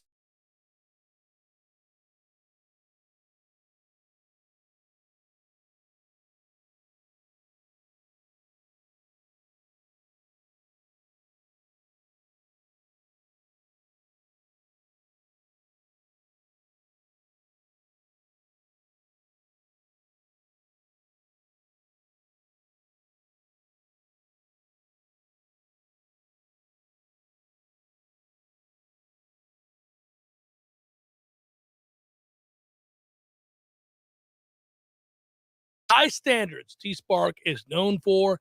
Experts in their craft with pride in their work. That's the T-Spark difference. T-Spark is the best in town, period. Call them today, 766-1340, or get a free quote online at tsparkconstruction.com. I can see him waiting in the wings, and so it is. We turn to our good buddy, Irash Fell, warchant.com. And I have an opportunity here in mere moments, Ira, to talk with you and Tom and Gene about the big picture stuff that we've had a discussion on the show with today. I phrase this, or I categorize this sort of as a exciting time for Florida State fans, boosters, supporters of any kind, because I think they know now that Florida State's maybe graduating to a place where they're not so hindered by finances. And if moves need to be made, they can be. Raises need to be granted, they can be. I think everybody wants their athletic department, or they want to feel like their team's athletics are in a healthy place where tough decisions can be made. And right now we've graduated to a place, Ira, where the athletic director has real power. They're willing to give raises to those that earn it. And they're willing to fire people that need to be fired in their estimation. So to me, that's an exciting time. Yeah, I think it's I think what we've seen was when David Coburn went in as athletic director about 4 years ago at this point, the idea was to try to get the budget in order, to try to conserve expenses, try to be a little bit more conservative, get things headed in the right direction so that whenever they came out of that period of time, they could be more aggressive. And that's what you're seeing from Michael Alford. So Michael Alford kind of gets to be the hero. I think he's got the support of the administration to make be more aggressive in a lot of these areas. But I think it's made possible because Florida State really did things over the last few years to kind of get their ship back in order. Yeah, he has a chance to be a hero, but he could also be a villain. I mean, if he fails, and this is another aspect that I appreciate because we've watched it from afar. You've seen athletic directors who've been very aggressive and make decisions that cost them their job. And you knew where the buck stopped. You said, okay, well, he's responsible. It didn't work out. We got to let him go. Other guys have succeeded wildly for long periods of time, and you thought, man, I envy that. There's a guy that has autonomy. There's a guy making tough decisions, and he keeps pulling the trigger, and it's working out for him. And, man, I wish we had a guy that could be that aggressive. I just, again, over the years that I've been on the air, I've talked about how that largely the athletic director didn't share the same responsibilities as they did at other universities because of the booster arrangement, and that we hadn't had a real one with that kind of power anyhow since Dave Hart. So to me, this is a welcome change to Florida State's athletic departments in the way that it's run. Yeah, and it was also a unique situation at Florida State for a long time because you had Bobby Bowden, who had been in the same job for 35 years. You had Mike Martin Sr., who was in the same job for 40 years. Leonard Hamilton's been here 20 years. I mean, so many of the programs were kind of, let's say, on cruise control. And the good part of that was that you had that continuity and you had these kind of legendary coaches. The downside of that is when the world starts to change and the landscape starts to change, a lot of times you're going to be slow to react because you think about Mike Martin Sr. and what his salary he got from Florida State. He was making what he was making for so long. Meanwhile, all these other schools started really ponying up their money and putting in resources. Same thing in football. Bobby Bowden was able to do things kind of on the cheap and rely on the talent and his charisma and those kinds of things. But other schools were taking a much more aggressive approach, and Florida State was slow to react. So you're right. I mean, it is exciting, but it's also kind of a sign of how far Florida State has to go because they haven't been operating that way. I want to pick your brain about all the comings and goings with football. I know you wrote a piece on Warchant.com about a massive defensive tackle. Anytime I read the headline, massive defensive tackle, I saw the Tafasi kid. I saw the picture of him. I get excited because obviously you win football games in the trenches. Talk a little bit about what you've observed and written about for Warchant.com in regards to players that have said yes to Mike Norvell's vision here recently. I know a defensive back has, and that's a second guy that has now said yes as part of next year's class, and then some others that maybe they're expecting answers from. Look, I'll give them credit for not just star watching. They're the easiest thing you could do as a coaching staff, especially if you're not on top of the world, is to go out and get some maybe 3 stars that, hey, they've got some stars by their name and they've got some decent offers, and some 4 stars maybe who have a ton of talent, but maybe have other issues off the field or whatever. But hey, you're going to take the 4-star because, it kind of lends credence to you as a recruiter. They're clearly not doing that. As you mentioned, the 2 kids that committed the last weekend, one of them is a junior college defensive end who redshirted last year, but he's a guy they think has tons of potential. But they've seen him in person. They went out to watch another player at that junior college, a player who they're probably not going to get, but they were watching him and they were really blown away by this kid. So he commits over the weekend, doesn't have a ton of offers. The defensive back who you mentioned came to camp last week, really blew them away in the camp. How long and athletic he is, 6'2", 6'3", can really run and jump. Another guy from Mississippi, but doesn't have a lot of offers. I don't think he hasn't done a lot of the camps, hasn't been on that circuit. So he's a guy that's really under the radar. So if you're critical of Mike Norvell and this recruiting staff, you could say, well, man, what are they doing? Who are they going and getting these guys? Tafase's another one who was probably going to go to a prep school this year because of academic issues.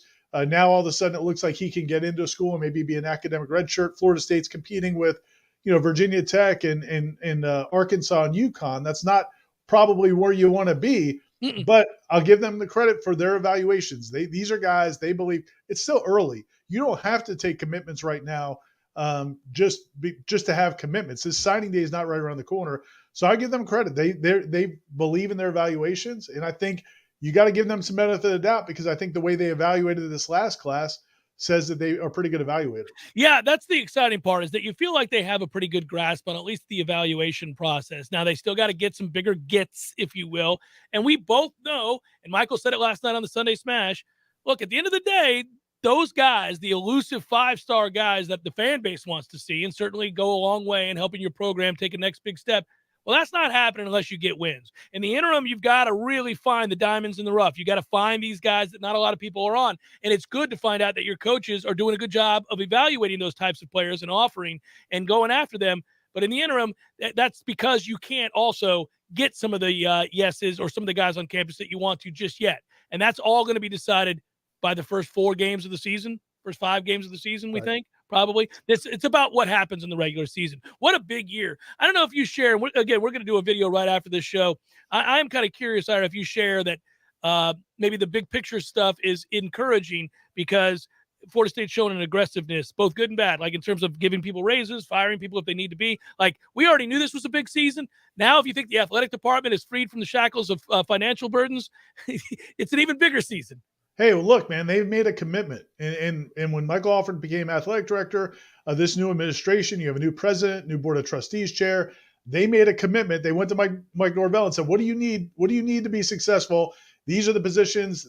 They added staff. They've added people in the recruiting department. They put in this money.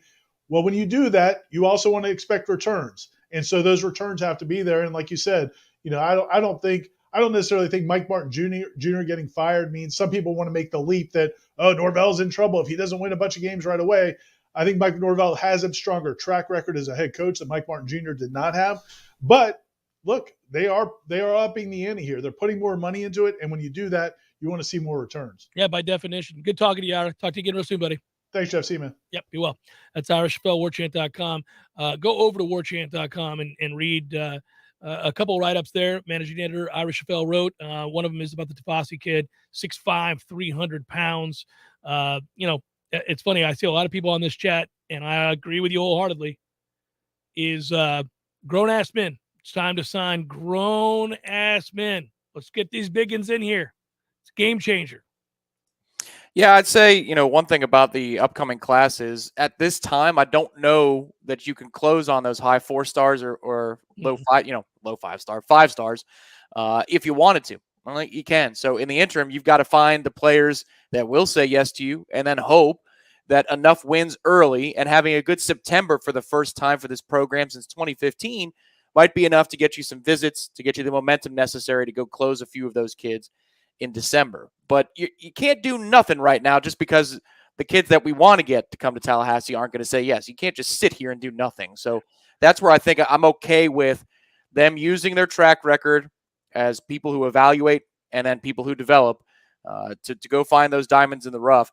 I don't think it's an all or nothing argument where I'm not happy right now. Like Ryan says that they're recruiting Memphis level players. Well, you got to recruit somebody right now. You got to have a baseline for the class built up, and then you hope. The plan is always to succeed if you're a coach. When you do succeed, that's when you can dunk and go get some of the guys that put you over the top.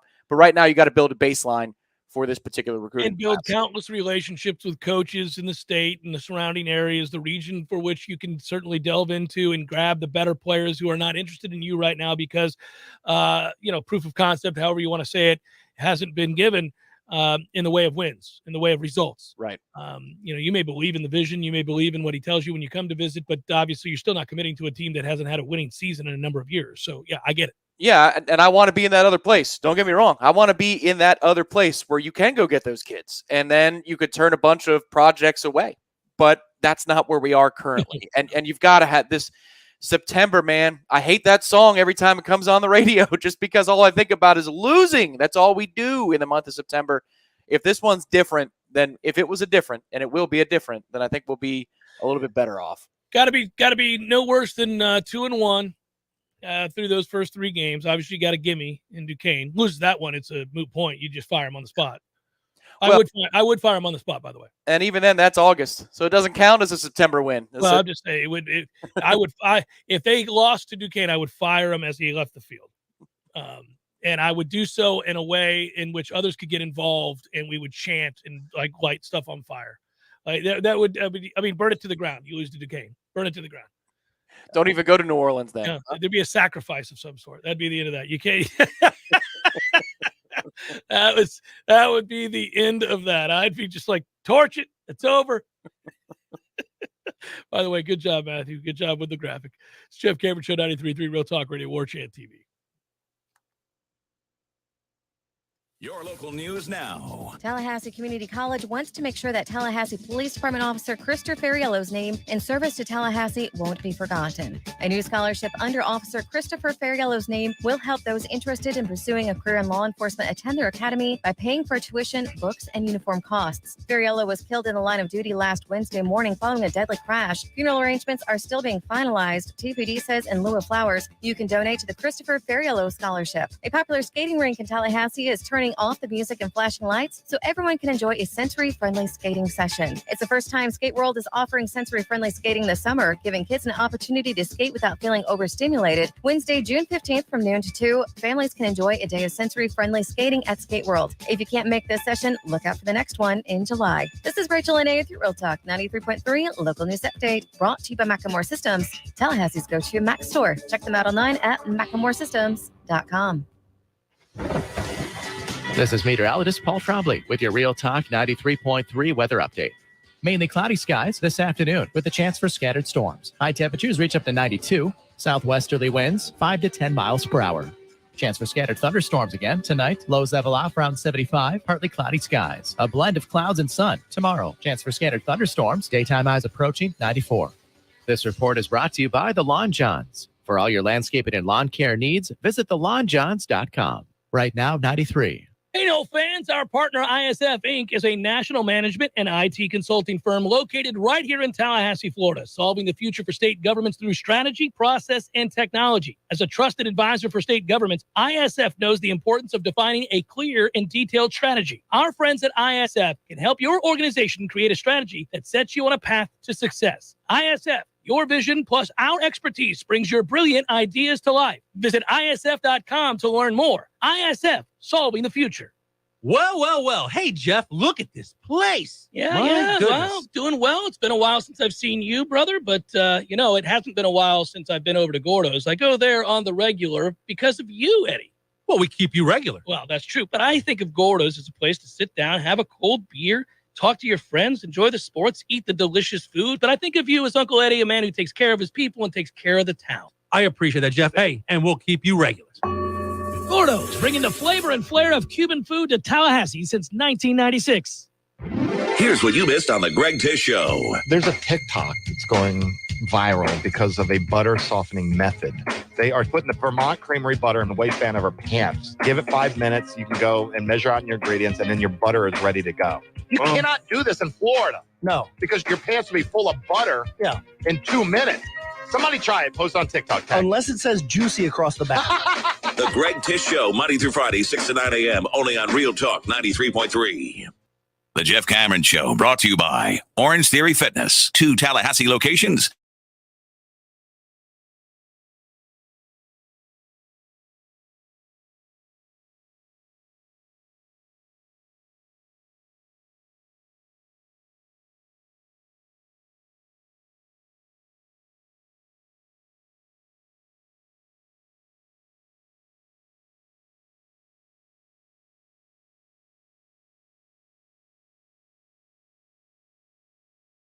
Possible rates, utilization of cutting-edge technology.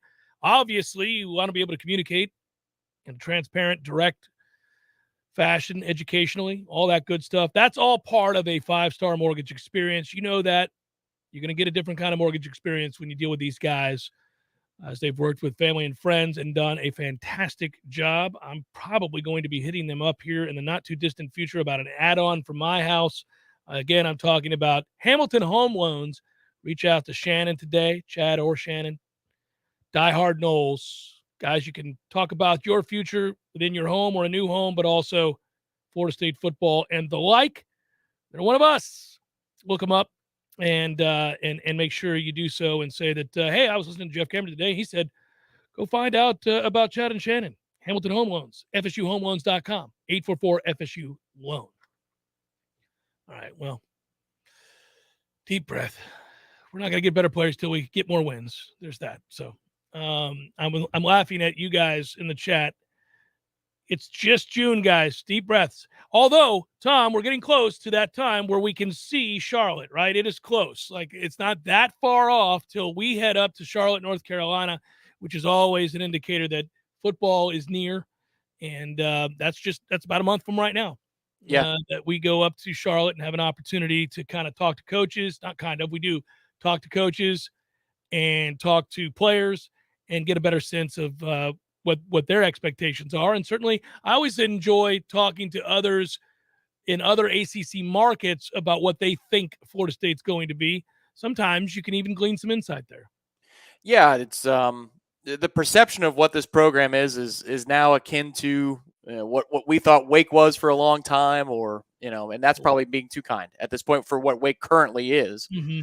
But it's funny to see folks in Charlotte, because that was my first assignment last year for Warchant. I remember calling in and doing interviews with you back here in Tallahassee. Yep. And it's just their brain switches to the next thing when Florida State comes up to the podium or whatever it is. Like some of these media members that should be covering Florida State, because they're the ones you read on the front pages of your favorite college football websites that are national reporters, they leave the room because they're going to find another interview for somebody who matters. And you're like, wow, look at this. They're just going to find Clemson. They're going to find and talk to Miami players. They're talking. That's where we are now. And you have to get used to that look in the other media members' eyes when Florida State comes up. And we just hope that in the next year or two that they stay in the room when Mike Norvell or whoever is at the podium. And they stay in the room because there's a Heisman candidate or an All-American candidate at Florida State. Can you imagine? It's just if you were to rank the Heisman candidates from 1 to 50 in the ACC when you're at the ACC, or all the players that are there in attendance, where would Florida State's players be? And every year they're in the teens or the 20s. It's a sad thing, but I am excited to go back to Charlotte this year because I think once again, FSU has something to feel better about than the year before. And that was the case last year. I know Mackenzie Milton got a lot of run last year, and that ended up being a whole nothing burger. But you could sense that Florida State was better than the year before. And it had been a while since that was the case heading to Charlotte. It's going to be the case again. And in 5 weeks' time, we'll be on Radio Row conducting some fun interviews. Yeah, I think the interesting factors here is it's really been more about what is reasonable, how much better, but never a factor. Right? Never like, okay, well, this is a team that can win the Atlantic. This is a team that could pull some upsets. This is a team that is taking a huge leap forward. It was sort of like, we know you guys are bad. Are you at least a little better than you were 2 years ago or last year? And I think that this might be the first time in Charlotte in a long time where people start having the discussion of, okay, you're still not where you need to be. You're still not elite. You're still not a college football playoff threat. You're not the Florida State that a lot of people envision when they think of the history of the last 4 years of Florida State football. But are you a team that is at least finally going to finish second, let's say, in the Atlantic behind Clemson? Or if Clemson stumbles, can you be right there just behind, say, maybe NC State if you think they're the favorite? Can you not be mired down on the depth of the ACC also-rans? Because that's what most of the ACC is, right? Like the perception of Power 5 conferences and where Florida State sits amongst the ACC, which is already considered secondary. That's embarrassing when people are like, well, Wake's better than you are, Louisville's better than you are, NC State's better than you are, and Clemson's better than you are. Right, and they're tired. Golly. And they're tired of asking what happened to you, because at that point they've asked it for so many years in a row that they're just tired. They're like, wake me up when Florida State is anything decent again. But the thing is, this is also an objective opportunity for Florida State. And I mean that not just in the PR way like a coach would say. It's an opportunity to play the number one team in the country when you're a 40-point dog. Right. That you're going to be on national television for the whole country to see against LSU, and then you're following that up after a bye week doing the same thing against Louisville. So if you do play well early on in the season and you're trying to capture the attention of recruits who can change this thing, so that they will listen to your NIL pitch down the line, because many NIL opportunities are going to be the same. So what's the dividing line and what's the separator is wins? Well, you've got 2 nights where you're the only game on in the country. And if you can show something positive for once around here and not have it be a performance like the Virginia Tech game on a Monday night to start Willie's tenure, then you might have the momentum that you're looking for. And I think that's what most people are going to be talking about early on in the season. FSU Louisville, the hierarchy of that middle tier in the ACC Atlantic, and then also can Florida State actually show out for the ACC in a positive way against an SEC program that is also mired in the middle somewhere while we are trying to get on the way back up. This week on the College Sportsbook, I will look ahead at some futures here out of the ACC. I've already mentioned before that there's real value in a team like NC State at 9-1 to win the ACC. Did a video, in fact, talking about that. There's value, at least in terms of the odds, in a Wake Forest that has a veteran quarterback and won a lot of football games with a very powerful offense, a well-coached team. I don't think Wake will win the ACC, but there was value in their number as well. But I'm going to start getting into some of these win totals that Tom and I talked about last week. Also this week, I'm going to look on the College Sportsbook, and we'll mention it on this show too. Usually there's a crossover effect. I'm also going to take a little bit closer look at the Coastal, see some numbers there that we like. So it's exciting. More and more of these numbers are presenting themselves here with so many competing sports books. That's not surprising. We'll get more of that. If you would, Matthew, let's do some probables. Time to get some baseball out there while we can. It's time for, how you say, with the pitching, probables? Braves, Nationals. Braves can't lose right now. Ian Anderson on the hill for the Bravos. Josiah Gray for the Nationals. Marlins, Phillies. Sandy Alcantara and Aaron Nola. Nola's having a good season. It's been good. Orioles, Blue Jays. Kyle Bradish and Alik Manoah. White Sox, Tigers. That's Lance Lynn. Ronnie Garcia. Think Tony La Russa gets fired this week? I think probably so. Even money. By the way, Tom, when you're watching a White Sox game and a chant breaks out for the manager to be fired in a home game, that's got some issues. Pirates, Cardinals. Mitch Keller going for the Buccos. Zach Thompson goes for the Cardinals. We can all wish for the Pirates to break a losing streak here. I know most all of you out there really pulling for the Buccos tonight.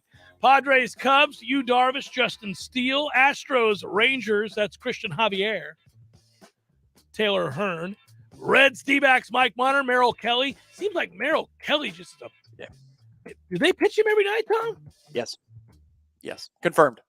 Royals, Giants, Brady Singer, Alex Wood. Twins, Mariners, Chris Archer, and Chris Flexen. And that is a look at those that shall reside at the bottom. I had a good set of Braves fans in front of me in Atlanta this past weekend. Nice guy. Guy in front of me was indifferent about the game, went with his friends who are Braves fans. He was from Minneapolis, Tom, and he was a huge Twins fan. I told him I had been to Target Field and thought it was nice, but it was, it wasn't, it was what it was. It's an okay field. Yeah, I have to say, too, down in Amalie that the folks were great to the wife. She had the Rangers jersey on, and there was nary an incident. Not one chirp, not one anything. Very peaceful, unlike leaving Madison Square Garden and getting cold cocked in the face.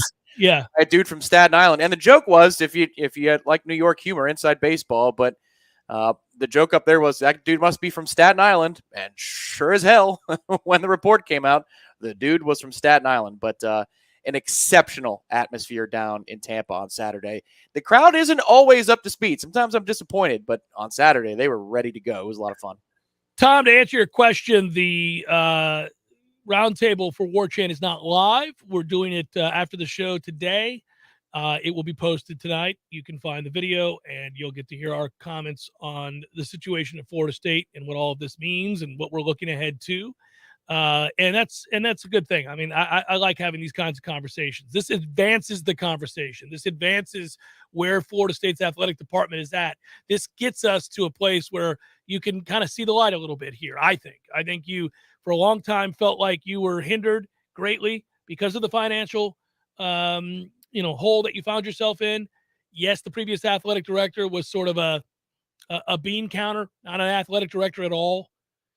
but rather a man who was tasked with the responsibility of seeing some wages cut and financial fiscal responsibility, so we can get to a place where if you need to make a move, you could. And now they found a situation where you have an athletic director who's got real power and is not afraid to act. I again will reiterate something I said at the start of the show.